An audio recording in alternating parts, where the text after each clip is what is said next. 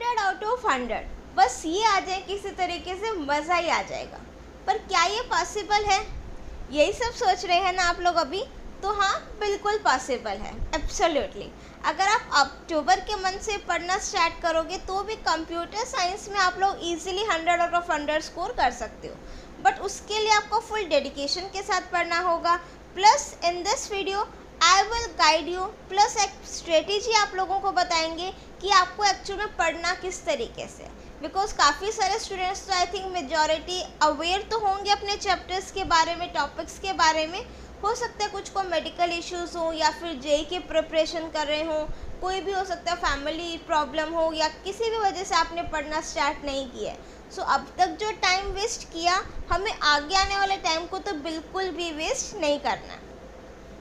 कहते हैं ना, बीता हुआ समय वापस नहीं आता। सो जो बीत गया, जब हम नहीं पढ़े, उस पर अफसोस करने से अच्छा है कि जो आगे आने वाला टाइम है उसको हम बहुत ही अच्छे से यूटिलाइज ज़रूर करें। सो अब हम कर देते हैं हमारी स्ट्रेटेजी को एकदम से डिस्कस। बट उससे पहले अगर आप इस चैनल पर नए हैं या फिर अभी तक आपने चैनल को सब्सक्राइब नहीं किया है तो फटाफट से सबसे पहला काम चैनल को सब्सक्राइब कर दीजिए और साथ में उस बेल आइकन को भी प्रेस कर दीजिए, so that you will get the notifications of all my upcoming videos. So देखो, अब हमें क्या करना है, बिल्कुल स्टार्टिंग से स्टार्ट करना है। कंप्यूटर साइंस पढ़ना है आप लोगों ने, राइट। और टारगेट आप लोगों का क्या रहेगा? 100/100 आज से ही पढ़ना स्टार्ट कर देना, ठीक है। देखो, कल तो कभी नहीं आता, आप लोगों को भी पता है। और आपने सुना ही होगा, काल करे सो आज कर, आज करे सो अब, भव में प्रलय होगी फिर करेगा कब। सो ऑब्वियसली तो हमें कब से स्टार्ट करना है? आज से और अभी से स्टार्ट कर देना है। देखो, सबसे पहला काम आप लोगों ने क्या करना है? Understand your curriculum. सबसे पहला काम, देखो काफ़ी स्टूडेंट्स को डाउट रहता है कि मैम टॉपिक्स ही नहीं पता कि कौन सा टॉपिक सिलेबस में है या नहीं है। आप लोग क्या करते हो? बुक उठा करके बैठ जाते हो। अब लास्ट 2-3 ईयर्स से ना सिलेबस में भी काफ़ी चेंजेस, अपडेशंस हो रहे हैं। सो आप लोग कंफ्यूज रहते हो कि ये चैप्टर हमारी बुक में दिया है, करना है या नहीं करना, ये चैप्टर नहीं दिया, इसको हमें कवर अप करना या नहीं करना। तो आपको इसका सॉल्यूशन क्या है? सीबीएसई की वेबसाइट पर आप लोगों को करिकुलम दे रखा है, राइट। तो सीबीएसई की वेबसाइट पर जाओ, करिकुलम डाउनलोड करो, उसको अच्छे से देखो कि कौन कौन से टॉपिक्स, कौन कौन से चैप्टर्स आप लोगों ने करने हैं। फिर भी आपको डाउट लगे तो इसकी जो वीडियो है ऑलरेडी चैनल पर अपलोडेड है, आप वहाँ से भी चेक कर सकते हो। उसके बाद आपने देखना है marking scheme plus exam pattern. देखो, कोई भी एग्ज़ाम की प्रिपरेशन करते हैं ना, तो मुझे ये ज़रूर पता होना चाहिए कि कौन से चैप्टर के कितने मार्क्स की क्या वेटेज रहेगी, प्लस किस चैप्टर में से मेरा किस टाइप का क्वेश्चन आने वाला है। सो वो आपको आपका जो सीबीएसई इशूड सैम्पल पेपर है वहाँ से पता लग जाएगा, राइट। सो आपने पहला काम कर लिया, अपना करिकुलम देख लो, कौन कौन से टॉपिक्स आप लोगों ने पढ़ने हैं वो पता लग जाएंगे। जो नहीं पढ़ने वो साइड कर दो, राइट। लाइक डेटा स्ट्रक्चर में क्यों नहीं पढ़ना आप लोगों ने, इस ईयर आपका एक्सेप्शन हैंडलिंग ऐड हुआ है वो करना है। प्लस आप लोगों को डाउट रहता है पाइथन लाइब्रेरीज एंड मॉड्यूल्स के टॉपिक में, उसमें मैं ये सजेस्ट करूँगी कि रैंडम मॉड्यूल वाला जो टॉपिक है, मीन्स पाइथन मॉड्यूल्स जो आप लोगों का 11th में भी था, तो आप उसको कवर अप करो। Statistics module, math module, random module, उसको नहीं छोड़ना, ठीक है। हाँ, आप वो छोड़ सकते हो जो आपके सिलेबस में नहीं है, लाइक पैकेज कैसे क्रिएट करते हैं, लाइब्रेरी कैसे क्रिएट करते हैं, ये चीज़ आप स्किप कर सकते हो, राइट। सो आपने करिकुलम देख लिया।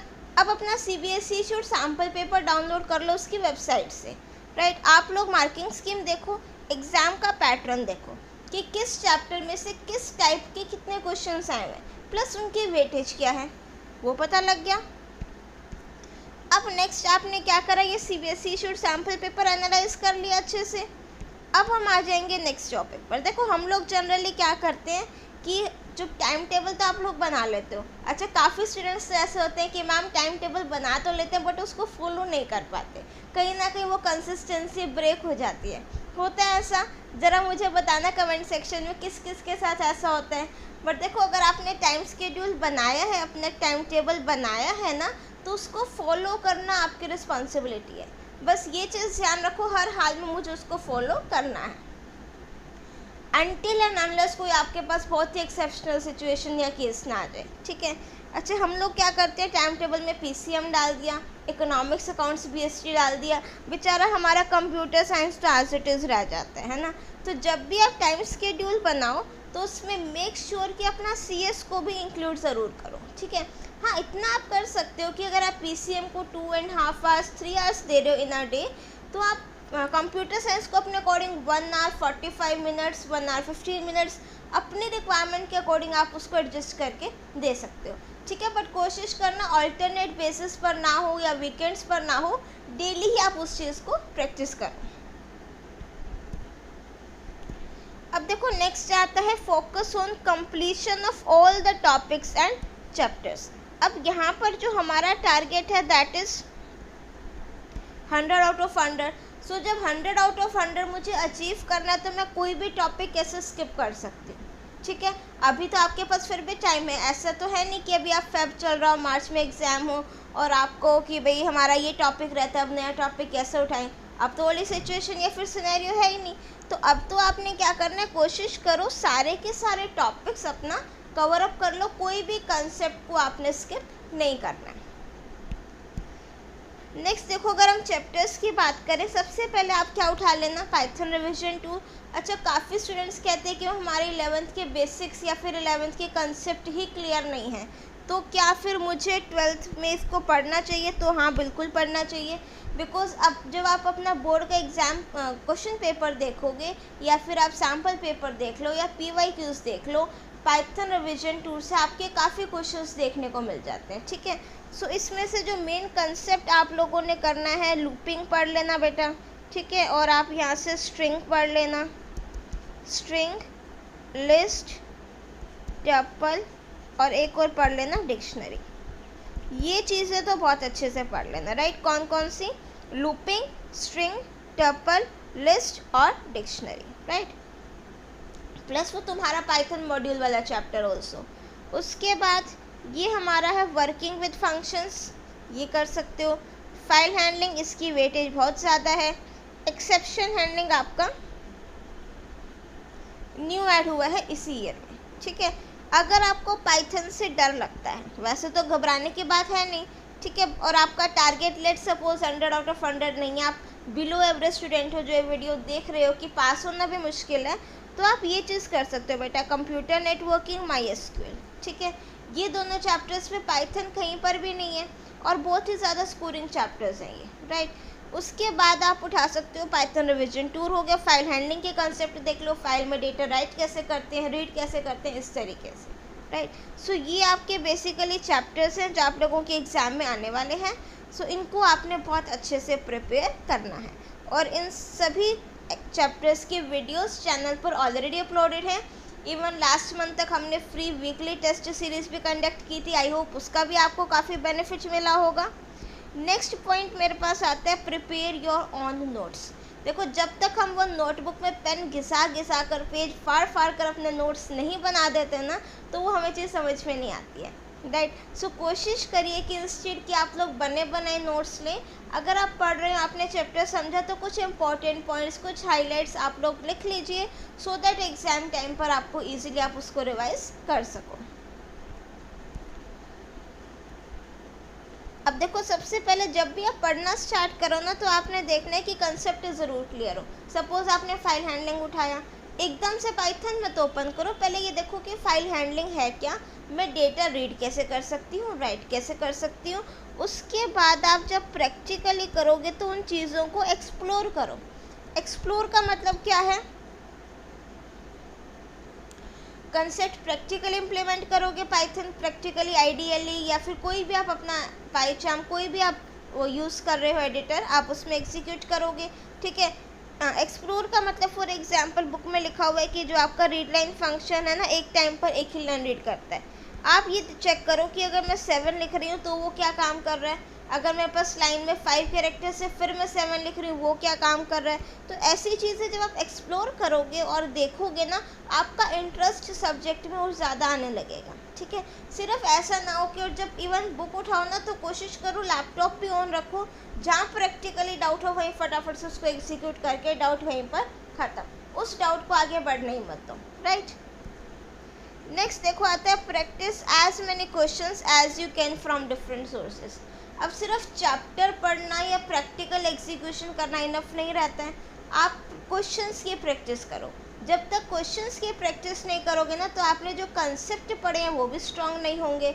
सो सबसे पहला काम आपने क्या करना है, कंसेप्ट अच्छे से क्लियर हो गए, उसके बाद प्रैक्टिकल इम्प्लीमेंटेशन देख ली, फिर आप क्वेश्चंस की प्रैक्टिस करोगे फ्रॉम डिफरेंट सोर्सेज।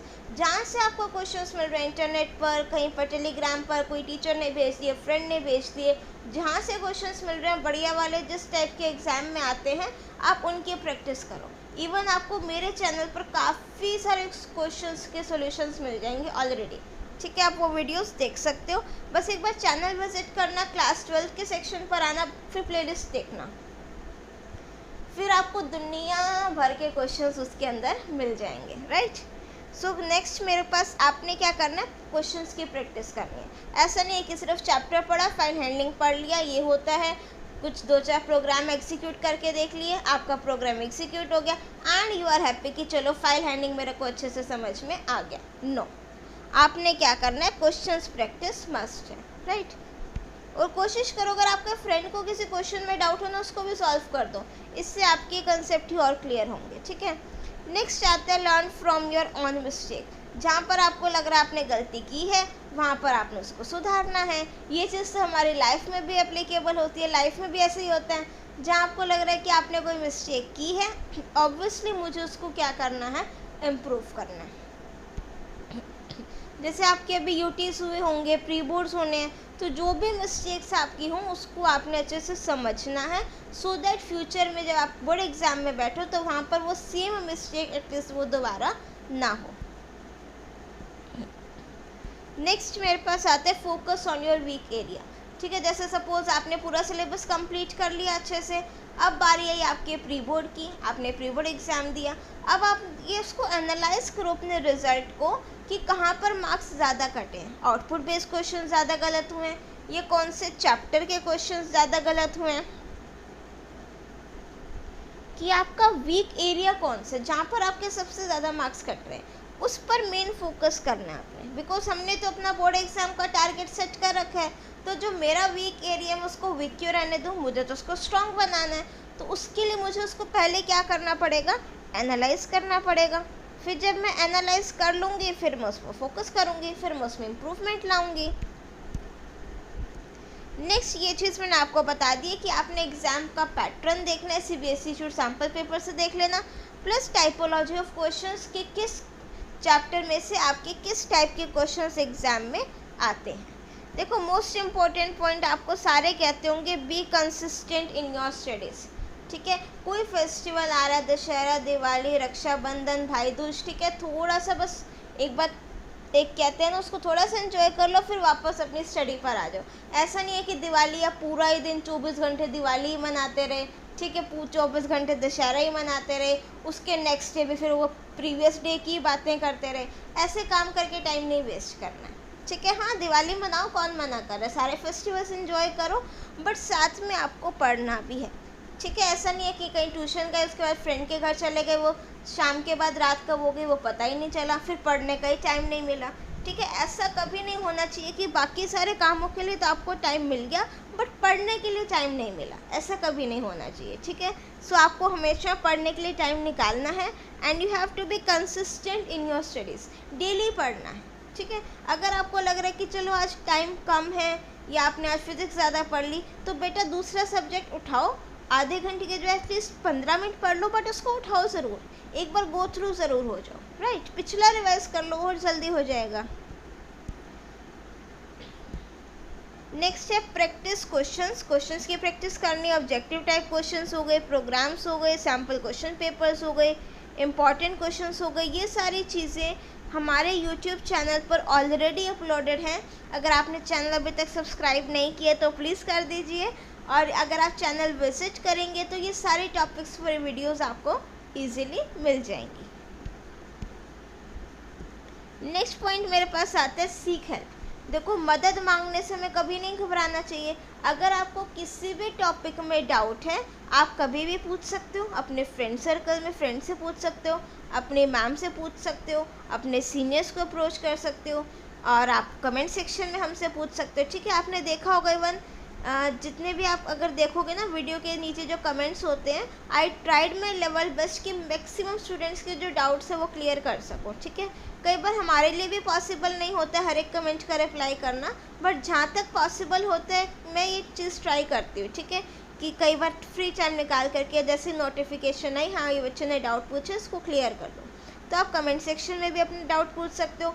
फिर भी अगर वहाँ मुझसे रह जाता है, टेलीग्राम चैनल है वहाँ, आप वहाँ पर पूछ सकते हो, आपके फ्रेंड से पूछ सकते हो।